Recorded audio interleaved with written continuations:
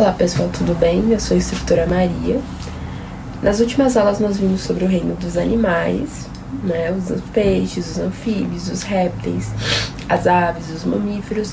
Agora que tal aprender um pouco sobre uma das classificações que existem entre eles? Na natureza ocorre o predatismo, em que um organismo mata o outro de outra espécie para se alimentar. O organismo que mata e se alimenta do outro é chamado de predador. E o organismo que serve de alimento recebe o nome de presa. A importância da predação está relacionada ao controle do tamanho populacional das espécies. Isso porque os predadores podem atuar controlando o tamanho das populações de algumas espécies, ou seja, a quantidade de animais habitantes em determinado lugar. Quando o tamanho populacional de sua presa começa a diminuir, muitas espécies buscam se alimentar de presas que estejam em maior abundância no ambiente.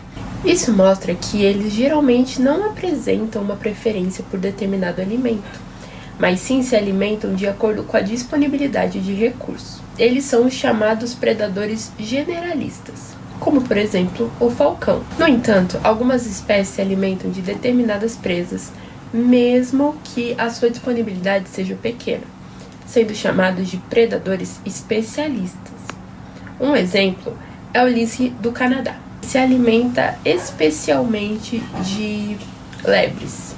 A capacidade do predador capturar sua presa está relacionada a adaptações.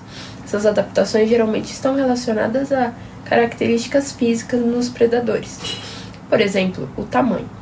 O tamanho da presa em relação ao dos predadores depende do tamanho do predador. Predadores grandes precisam comer mais ou comer presas maiores para obter energia suficiente. Porém, capturar presas grandes é difícil. Alguns, como os leões e os lobos, caçam em grupo para conseguir capturar presas grandes.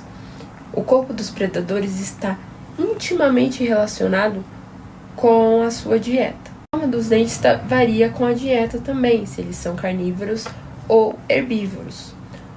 Uns têm dentes para mastigar, outros para triturar, cortar, prender, imobilizar e morder. Os dentes dos herbívoros normalmente são compostos por superfícies trituradoras para que eles consigam ingerir os tecidos das plantas. Os carnívoros têm dentes com superfícies cortadoras e mordedoras para imobilizar a presa, cortar os alimentos. Outra característica está relacionada à forma das pernas. A forma das pernas e pés também influencia na predação. Alguns predadores usam a perna dianteira para ajudar a cortar o alimento. Algumas aves usam seus pés para prender as presas. Alguns animais, como as cobras, usam mandíbulas para capturar suas presas. Assim como os predadores têm suas estratégias e adaptações para as caças, as presas têm suas adaptações para fugir da predação. Dependendo da relação entre predador e presa, esta pode tentar se esconder, escapar ou lutar. Animais que não têm onde se esconder precisam adotar medidas protetoras, como corrida ou armas químicas.